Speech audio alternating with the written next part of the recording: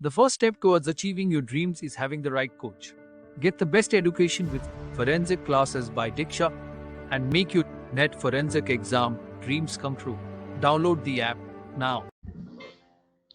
Hello everyone, welcome to today's class. और आज की क्लास में हम पढ़ रहे हैं पोरोस्कोपी। ठीक है, so poroscopy is the personal identification method. Poroscopy क्या है? पोरोस्कोपी मेथड है पर्सनल आइडेंटिफिकेशन का। पर्सनल आइडेंटिफिकेशन बहुत ही इंपॉर्टेंट रोल प्ले करता है फोरेंसिक्स में, क्योंकि इससे हम सस्पेक्ट्स को आइडेंटिफाई करते हैं।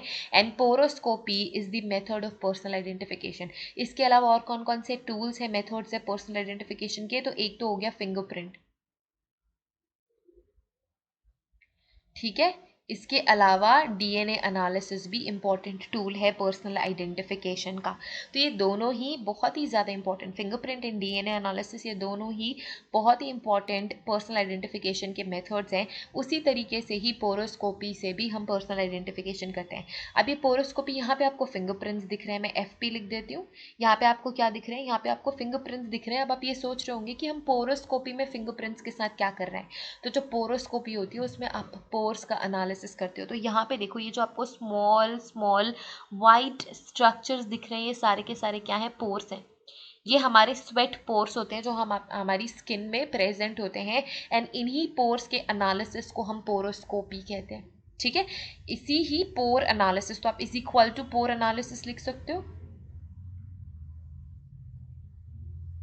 पोर एनालिसिस। ठीक है, सो इस पोर एनालिसिस को हम कहते हैं पोरोस्कोपी। इन पोरोस्कोपी द कैरेक्टरिस्टिक फीचर्स, क्या? Characteristic features of sweat pores.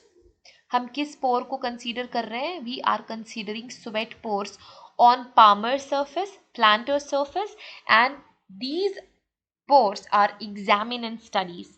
ठीक है, सो आपकी पामर सरफेस पे भी और प्लांटर सरफेस पे भी, मतलब आपकी पूरी की पूरी बॉडी में बहुत स्मॉल स्मॉल हेयर्स होते हैं। एंड ये जो हेयर होते हैं इन्हीं पोर्स से ही निकलते हैं। एंड आपकी पूरी की पूरी बॉडी स्ट्रक्चर में ये स्मॉल पोर्स रहते हैं। एंड इनकी ही स्टडी को, इनके ही एग्जामिनेशन को हम पोरोस्कोपी कहते हैं। अब हम इनकी आइडेंटिफिकेशन, हम अब जो पोरोस्कोपी है उसको हम आइडेंटिफिकेशन टूल क्यों मान रहे हैं, या फिर आइडेंटिफिकेशन में हम कैसे इस्तेमाल करेंगे? तो ये जो पोर्स होते हैं वो यूनिक होते हैं। जब कभी भी कोई चीज़ यूनिक होती है, जो डीएनए फिंगरप्रिंटिंग है, जो डीएनए फिंगरप्रिंट्स होते हैं वो यूनिक होते हैं। क्या होते हैं? तो जब कभी कोई भी चीज़ यूनिक होती है हम उसके थ्रू पर्सनल आइडेंटिफिकेशन कर सकते हैं। अगर लेट्स से मेरे को कोई क्रोमोजोमल डिसऑर्डर है तो वो एक यूनिक फीचर हो गया, क्योंकि मुझे ही सिर्फ क्रोमोजोमल डिसऑर्डर होगा, मेरे ही जैसे और लोगों को क्रोमोजोमल डिसऑर्डर नहीं होगा। तो ऐसे ही जो मेरा डीएनए फिंगरप्रिंट है वो यूनिक है, जो मेरा फिंगरप्रिंट है वो यूनिक है। एंड इसी तरीके से ही जो मेरी बॉडी में पोर्स मौजूद हैं, जो मेरी बॉडी में पोर्स रह रहे हैं, सो इसी तरह ही जो मेरी बॉडी में पोर्स हैं वो भी यूनिक है, उनका स्ट्रक्चर यूनिक है। एंड इसके ही एग्जामिनेशन एंड स्टडी को पोरोस्कोपी हम कहते हैं। अब ये पोरोस्कोपी किसने खोजी? सो एडमंड लोकार्ट, बहुत ही ज़्यादा इंपॉर्टेंट और फेमस पर्सन है एडमंड लोकार्ट फोरेंसिक की दुनिया में। इन्होंने क्या दिया था? Famous principle of exchange, law of exchange, law of, अच्छा मैंने उल्टा लिख दिया, यहाँ पे लिख देते हैं लॉ ऑफ एक्सचेंज। ठीक है, सो लॉ ऑफ एक्सचेंज दिया था एडमंड लोकार्ट ने। और ये लॉ क्या कहता है? जब कभी भी कोई भी ऑब्जेक्ट या कोई भी पर्सन किसी अदर ऑब्जेक्ट या किसी अदर पर्सन के कांटेक्ट में आता है तो एक म्यूचुअल एक्सचेंज होता है। एंड इसी म्यूचुअल एक्सचेंज को हम चेक करके ट्रैक करके लिंक पता लगा सकते हैं। ठीक है, अब इन्हीं पर्सन ने, एडमंड लोकार्ट ने भी ये मेथोडोलॉजी डेवलप करी 1912 में, और इसे कहा पोरोस्कोपी। It has been noted by Lockhart that pores, like ridges, and their rich characteristics are permanent, immutable and unique। जिस तरीके से हमारे फिंगरप्रिंट यूनिक थे उसी तरीके से हमारे पोर्स भी यूनिक थे। और ये किन्होंने पता लगाया? एडमंड लोकार्ट ने पता लगाया। लोकार्ट ने ये पता लगाया कि जो ह्यूमन पोर्स होते हैं, जो बॉडी पोर्स होते हैं, वो रिजिस की तरह ही, रिजिस क्या होते हैं? फॉर एग्जाम्पल, ये जो लाइंस मैंने फ्लो करी हैं, let's say this is some fingerprint. ठीक है, ये जो फिंगरप्रिंट है ये रिजेस है। ठीक है, अब रिजेस के बीच में ही स्मॉल पोर्स होते हैं, तो ये रिजेस भी यूनिक होते हैं एंड ये पोर्स भी यूनिक होते हैं। तो एडमंड लोकार्ट ने ही बोला कि ये जो स्मॉल पोर्स प्रेजेंट होते हैं हमारे पामर एंड प्लांटर सरफेसेस पे, ये बहुत ही ज़्यादा यूनिक होते हैं। तो जिस तरीके से रिजेस, ये जो स्किन फ्लो हो रही है, जो स्किन उठी हुई होती है उसको हम रिजेस कहते हैं. सो रिज कैरेक्टरिस्टिक भी यूनिक है, उसी तरह पोर्स भी यूनिक है एंड ये परमानेंट है. ये पोर्स भी परमानेंट होते हैं, ये कभी चेंज नहीं होते हैं, इसी वजह से यूनिक है. जिस तरीके से हमारे जो फिंगरप्रिंट है, अगर हमें कोई चोट लग जाती है तो जब ये चोट ठीक होती है सो सेम फिंगरप्रिंट वापस से बन जाते हैं. उसी तरीके से अगर हमें कोई चोट लगी है, कोई भी प्रॉब्लम हुई है, कोई स्किन डिजीज हुई है, तो पोर्स वापस से बिल्कुल उसी तरीके से ही क्रिएट होते हैं जिस तरीके के वो होते हैं. एंड इसी वजह से ही ये यूनिक फीचर हम इस्तेमाल कर सकते हैं पर्सनल आइडेंटिफिकेशन में. It entails the investigation of pores evident in fingerprint and impression left on a crime scene. अब ये आपको पोरोस्कोपी आप कैसे कर सकते हो, जो भी फिंगरप्रिंट आप डेवलप करोगे क्राइम सीन पे, या जो भी फिंगरप्रिंट आपको मिला है, फिंगरप्रिंट इंप्रेशन से ही आप पोरोस्कोपी करते हो. मतलब फिंगरप्रिंट इंप्रेशन से ही आप पोर एनालिसिस करते हो, क्योंकि फिंगरप्रिंट में ही पोर है. अब इसके अलावा अगर फिंगरप्रिंट नहीं भी है तो कोई भी स्किन इंप्रेशन अगर है तो स्किन इंप्रेशन से भी आप पोरोस्कोपी इस्तेमाल कर सकते हो. मतलब स्किन इम्प्रेशन में भी आप पोरोस्कोपी यूज करते हो, मतलब पोर्स का एनालिसिस एंड स्टडी.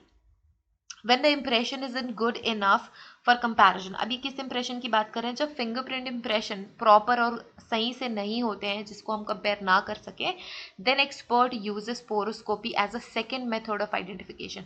अगर आपको क्राइम सीन से प्रॉपर फिंगरप्रिंट मिल रहे हैं जिसको हम आइडेंटिफाई कर सकते हैं, जिसको हम कंपेयर कर सकते हैं, तो फिर परेशान होने की ज़रूरत नहीं है कि पोर एनालिसिस कर रहे हैं. बट अगर आपको क्राइम सीन से इनकम्प्लीट फिंगरप्रिंट मिल रहे हैं या इस तरीके के फिंगरप्रिंट मिल रहे हैं जिनसे हम कुछ भी आइडेंटिफाई नहीं कर सकते, तब हम एक सेकेंड मेथड चूज करते हैं, वो होता है poroscopy. Which means they can be used to determine identity of individuals. Yes, क्योंकि हम इससे किसी भी पर्सन की आइडेंटिटी पता लगा सकते हैं. When ridges are not available to provide sufficient characteristics. जब रिजेस अवेलेबल नहीं होती है सफिशिएंट डाटा प्रोवाइड करने के लिए, तब हम पोर्स यूज करते हैं. अब पोर्स हम यूज़ क्यों कर रहे हैं, क्या ऐसी खास बात है, क्या यूनिक बात है, तो यहाँ 4 इंपॉर्टेंट बातें हैं जिसकी वजह से ये जो पोरोस्कोपी है वो यूनिक है एंड हम उसे इस्तेमाल कर सकते हैं, यूज़ कर सकते हैं. Each mm of fingerprint ridges contain 9 to 18 pores. Again, really very important and unique. हर एक फिंगरप्रिंट के हर एक सिंगल mm में 9 से 18 पोर्स होते हैं. It contains 9 to 18 pores. They are unique in size. अब ये जो पोर्स होते हैं वो साइज में यूनिक होते हैं, शेप में यूनिक होते हैं, इनका एक्सटेंड यूनिक होता है, इनका पोजीशन यूनिक होता है एंड नंबर्स भी यूनिक होता है. अलग अलग इंडिविजुअल है. फॉर एग्जांपल कोई इंडिविजुअल ए है, बी है, सी है एंड डी है. ये सारे के सारे अलग अलग इंडिविजुअल्स हैं. लेट्स से सो अगर हमको क्राइम सीन में मिला है तो 1 mm फिंगरप्रिंट में 12 क्या है, पोर्स हैं. ठीक है. सो इन 4 जो इंडिविजुअल्स हमारे सस्पेक्ट है, लेट्स से ये चारों के चारों हमारे सस्पेक्ट है, एंड जो सी इंडिविजुअल है इसके 1 mm फिंगरप्रिंट में 12 पोर्स अगर मिल जाते हैं, तो जो सस्पेक्ट सी है उसका कोई ना कोई लेना देना है क्राइम सीन पे मौजूद फिंगरप्रिंट से. तो इस तरीके से आप पोरोस्कोपी करते हो. जो भी कैरेक्टरिस्टिक्स हैं, मतलब साइज, शेप, अभी तो मैंने सिर्फ नंबर का एग्जाम्पल लिया ना, तो हम इसी तरीके से डिफरेंट साइजेस पे भी आइडेंटिफिकेशन करते हैं, शेप्स पे भी, एक्सटेंट पे भी, पोजीशन पे भी. एंड हम किसी भी सस्पेक्ट पर्सन को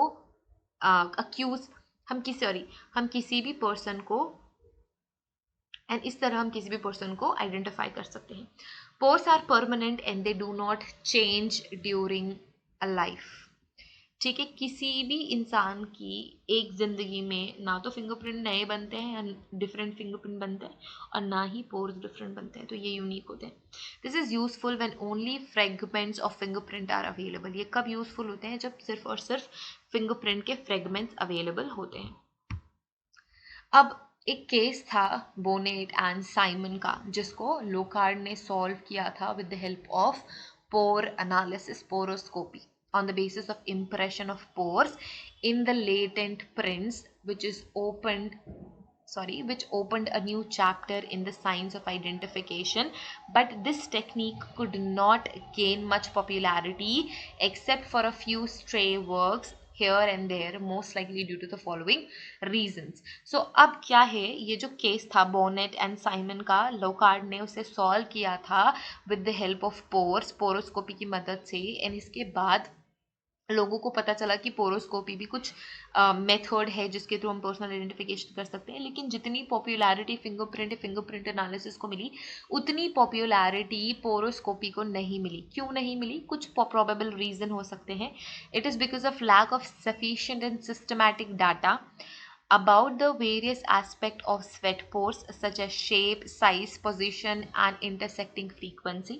So हो सकता है इसका रीज़न ये रहा कि हमारे पास sufficient and systematic डाटा नहीं है इन पोर्स का, मतलब सिस्टमैटिक डाटा नहीं है शेप का, साइज का, पोजिशन का, इंटरसेक्टिंग फ्रीक्वेंसीज का. Then we have the sweat pores may not always appear in latent and inked fingerprint. अब प्रॉब्लम ये है कि हमेशा पोर विजिबल नहीं होते आपके लेटेंट या फिर इंक्ड फिंगरप्रिंट पे, and their microscopic nature restrict the fingerprint experts to give proper attention to examine their details and to use them in identification purpose. अब देखो, जब आपको क्राइम सीन पे फिंगरप्रिंट मिलते हैं तो बहुत कम ऐसा होता है कि विजिबल फिंगरप्रिंट मिले. अगर कोई भी विजिबल फिंगरप्रिंट क्राइम सीन पे प्रेजेंट होता है तो जो क्रिमिनल होता है वो खुद भी अलर्ट हो जाता है और वो उससे क्या करता है, उसे डिस्ट्रॉय करने की कोशिश करता है या मिटाने की कोशिश करता है.